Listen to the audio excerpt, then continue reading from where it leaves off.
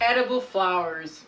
I feel like I should definitely start out this video with a disclaimer saying always know the flower that you're using is edible. Some flowers can be poisonous. Anything provided in this video today should definitely be researched before you eat the flowers that I mention, just to keep everybody safe. So having said that, welcome to my channel today. Let's get started on edible flowers. Edible flowers are generally used only as garnish, not as an ingredient in a dish. They can add a pop of color to a dish. They can offer an experience of an additional scent to a dish. They can add nutritional and health benefits to a dish. When garnishing, which is a topic I will be covering in an entirely different video down the line of culinary bootcamp episodes. When garnishing, it is very important to only use edible items and to not use non-edible items, and that includes things like plastic flowers or anything that may be poisonous. It is also important that anybody who you will be serving the garnishes to is aware of what flowers are on the plates in order to prevent allergic reactions. It's important to use flowers in your dishes sparingly, as an overconsumption of flowers can cause intestinal distress. However, that doesn't mean that you should avoid using them in your dishes because they add so much pizzazz. When picking and selecting the flowers that you want to use in your dish, it is important to identify them carefully and correctly. It is important to make sure that no chemicals, pesticides, or other poisons have been used in the growing process of that flower. Make sure that those flowers are vibrant and fresh and smell good.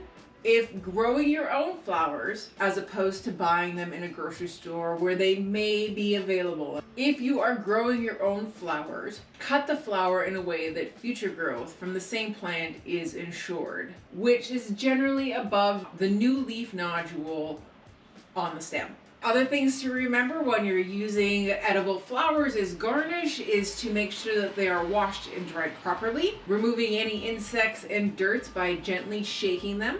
Clean them by washing them in a large bowl of cold water. Drain or pat them dry. Let them air dry on a paper towel lined tray and use immediately. If you can't use your garnished flowers immediately, place a damp paper towel in an airtight container and lay the flowers on the towel, close it up, and put it in your fridge. Flowers should last about a week stored that way.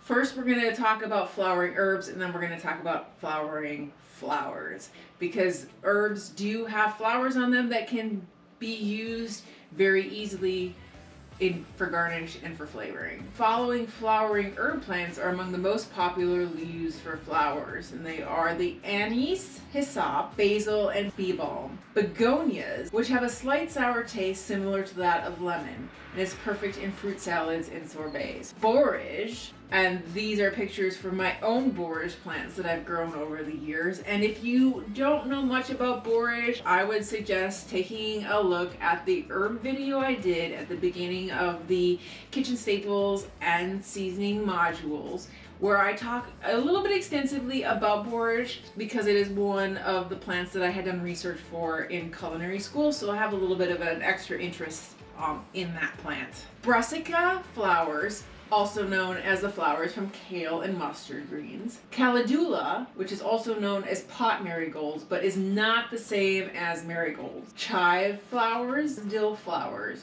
garlic and ornamental garlic, lavender. The flower buds are the best. Lemon balm, marigold flowers, which you should consume in moderation. Marigold flowers are also known as calendula, which I talked about at the top of the list. Mint, nasturtium, oregano, marjoram, parsley, pea flowers, roselle, rosemary flowers, sage flowers, scented geraniums. Scented geraniums are grown for their fragrant leaves that can mimic roses and have a pineapple or even chocolate mint scent to them. And stevia flowers and thyme flowers. Pretty much any herb that grows flowers can be used as a garnish, so that's an easy one. Parts of flowering plants that aren't herbs can be used as garnish. Edible flowers of the following plants are generally on a safe list, and they include begonias or tuberous begonias, whose leaves, flowers, and stems are edible. They have a citrus sour taste, and the stems can replace rhubarb. The flowers and stems of the begonia plant should not be consumed by those with gout, kidney stones, or rheumatism due to the oxalic acid it contains. Wax begonias have leaves and flowers that are edible raw or cooked. They have a slightly bitter aftertaste, and if they're grown in water for most of the time, they end up tasting a little bit swampy. The next edible flower is carnations, and everybody's familiar with carnations. They're also known as diathys. Carnations can be steeped in wine, candy, or used as cake decoration. The white base of the flower may be bitter, however. Diathys is the miniature version of a carnation. Carnation leaves are one of the secrets to making chartreuse, which is a French liqueur dating back to the 17th century. Another edible flower is chrysanthemums. Chrysanthemum flowers should be blanched before consumed. The leaves can also be used to flavor vinegar. Use the petals only. Another edible flower plant is the clover. Flowers that are turning brown on a clover plant may be bitter. Choose those with the brightest color, which are the tastiest. Clover may be difficult to digest, so it's another one to be careful of. Don't eat too much clover flowers.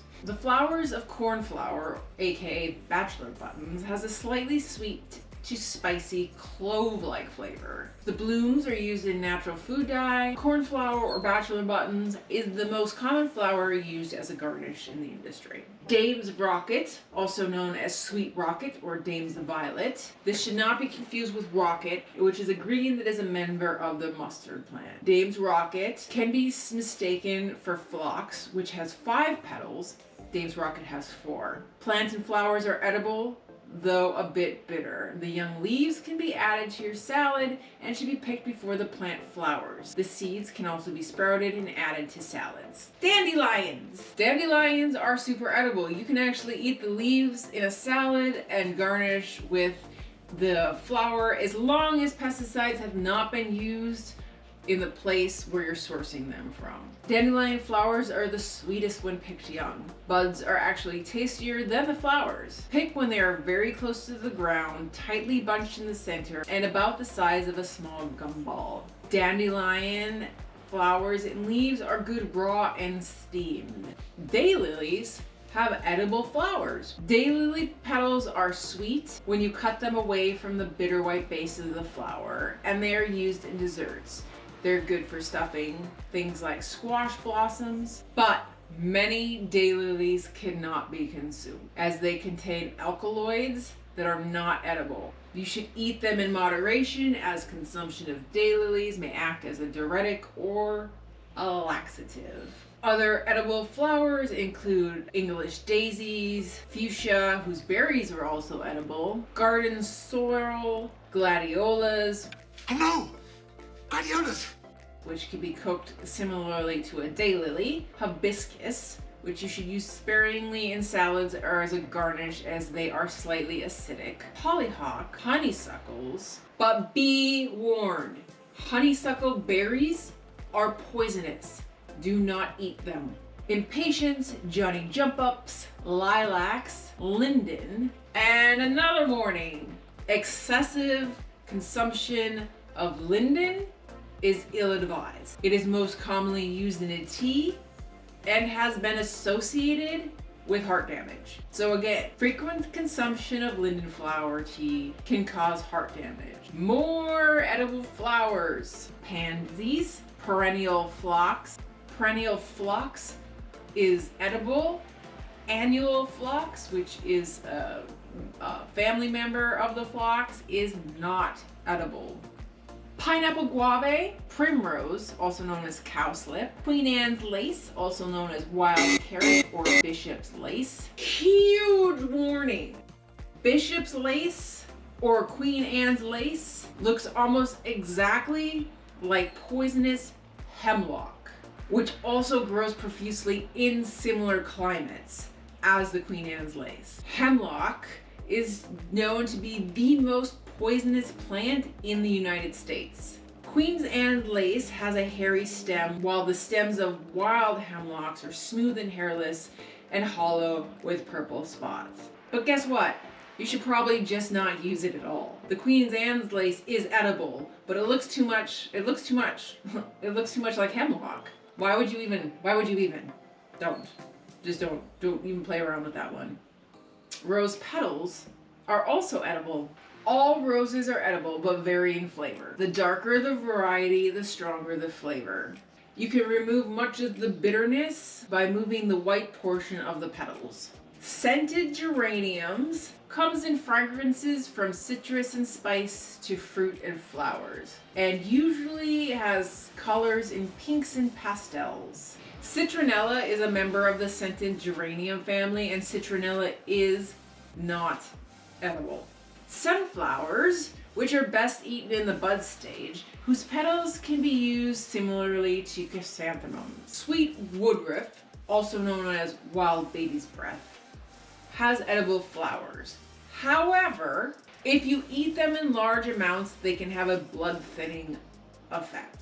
So, another one you might just want to watch out for or not use in your cooking and your garnishing.